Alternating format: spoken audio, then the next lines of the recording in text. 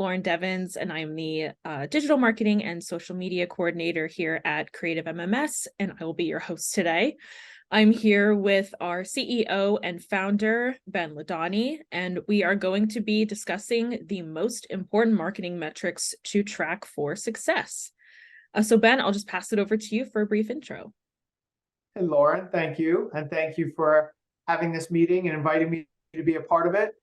So I'm Ben Ladani. I'm the founder and CEO at Creative, where we strategically partner with those seeking the most effective digital marketing solutions.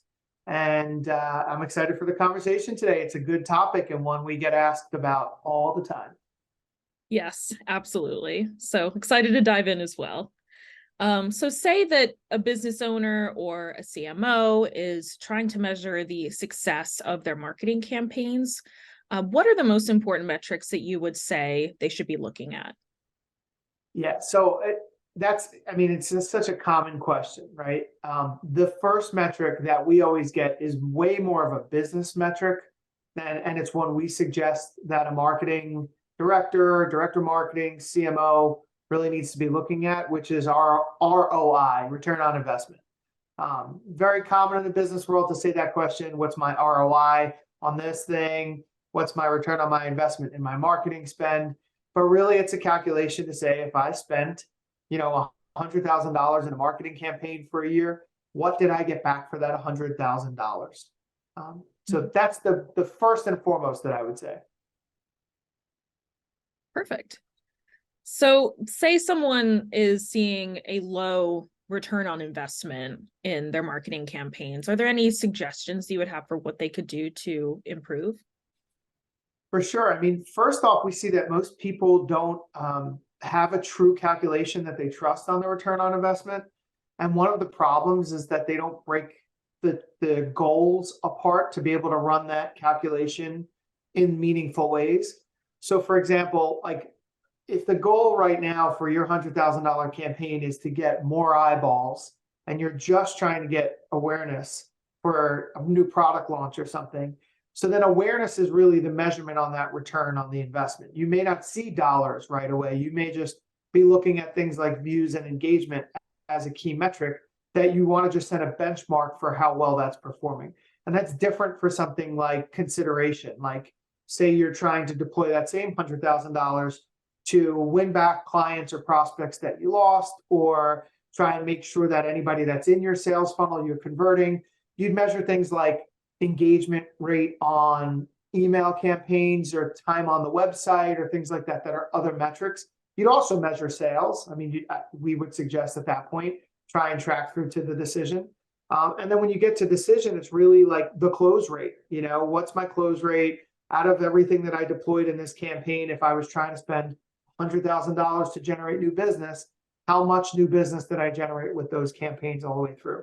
But what we typically see is that people spread those dollars in those campaigns out, and they have multiple goals that overlap. So they might be very much interested in growth and new business sales, but they may say, but we're also very interested in awareness. And so you've got to carve a portion of that out to say, I'd be happy with getting a return on this amount for awareness, but I really want to try and get to this metric for my sales or my overall growth.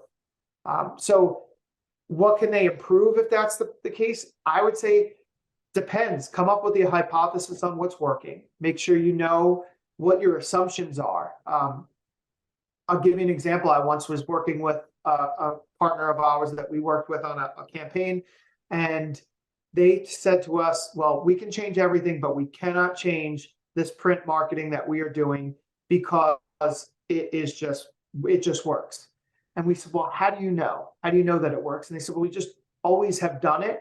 And we always feel like it's something that just works. So we just don't change it.